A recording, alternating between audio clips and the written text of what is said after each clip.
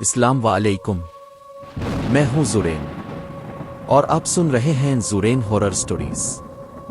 کچھ گھروں میں دولت خود نہیں آتی، اسے بلایا جاتا ہے، مگر جب وہ ناراض ہو جائے تو سب کچھ ساتھ لے جاتی ہے۔ آج کی کہانی کراچی کے ایک پرانے علاقے کورنگی سے تعلق رکھتی ہے۔ یہ کوئی عام کہانی نہیں، بلکہ ایک ایسی حقیقت ہے جس نے ایک خوشحال گھر کو بربادی کے کنارے پہنچا دیا۔ جب کورنگی کا علاقہ اتنا آباد نہیں تھا، گلیوں میں خاموشی اور گھروں میں پرانے کنویں عام ہوا کرتے تھے۔ انہی گھروں میں ایک گھر تھا، سلیم کا گھر، جو پہلے ایک عام سا گھرانہ تھا، لیکن اچانک چند سالوں میں ان کی قسمت بدل گئی۔ پیسہ، برکت اور سکون، سب کچھ تھا۔ لوگ حیران تھے کہ آخر ایسا کیا ہوا۔ سلیم کی اصل ماں اس کی پیدائش پر ہی فوت ہو گئی تھی۔ کچھ عرصے بعد اس کے والد نے دوسری شادی کی۔ اس عورت کا نام تھا نسرین۔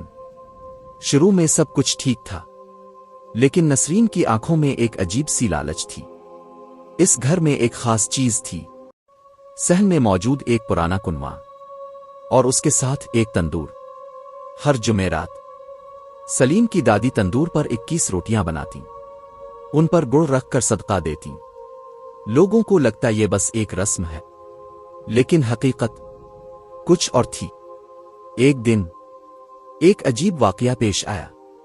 سلیم کی پھوپھی اپنے بچے کو گود میں لیے کھڑی تھی۔ اچانک بچہ ہاتھ سے پھسل کر جلتے تندور میں جا گرا۔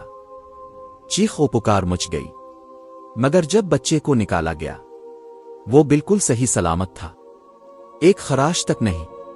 سب حیران تھے، مگر سلیم کی دادی بالکل پرسکون تھیں۔ یہی وہ لمحہ تھا جب نسرین کے دل میں شک پیدا ہوا۔ وقت گزرتا گیا، نسرین کو یقین ہو گیا کہ اس گھر میں کچھ چھپا ہوا ہے۔ اس نے سوچا یہ سب کسی جادو جنات کی وجہ سے ہے۔ پھر ایک دن سلیم کی دادی اچانک بیمار ہوئیں اور صرف 2 دن میں دنیا سے چلی گئیں۔ اور یہی وہ لمحہ تھا جب اس گھر کی تقدیر پلٹ گئی۔ دادی کے جاتے ہی گھر کی برکت بھی جیسے ختم ہونے لگی، پیسہ کم ہونے لگا، کاروبار بیٹھنے لگا، اور نسرین اب اس گھر کی مالک بن چکی تھی۔ اس نے سب سے پہلے کیا کیا؟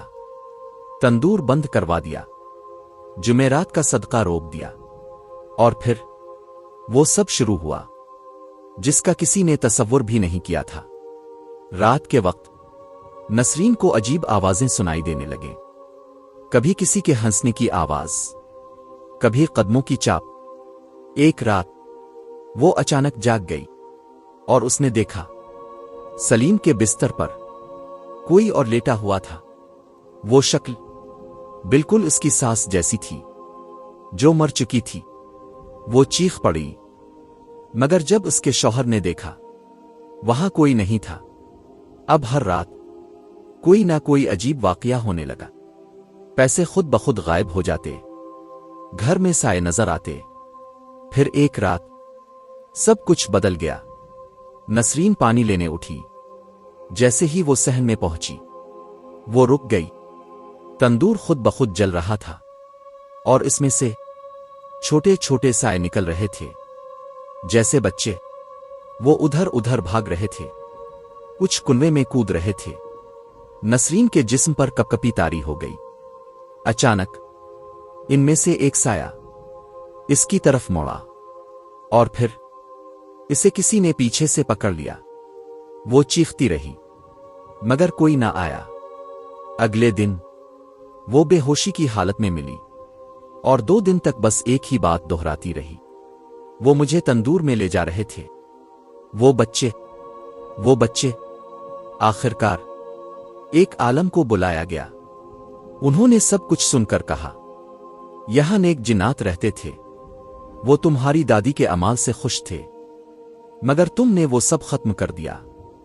انہوں نے مزید کہا اب وہ ناراض ہیں، اور جب تک تم معافی نہیں مانگو گے یہ گھر کبھی سکون نہیں دیکھے گا۔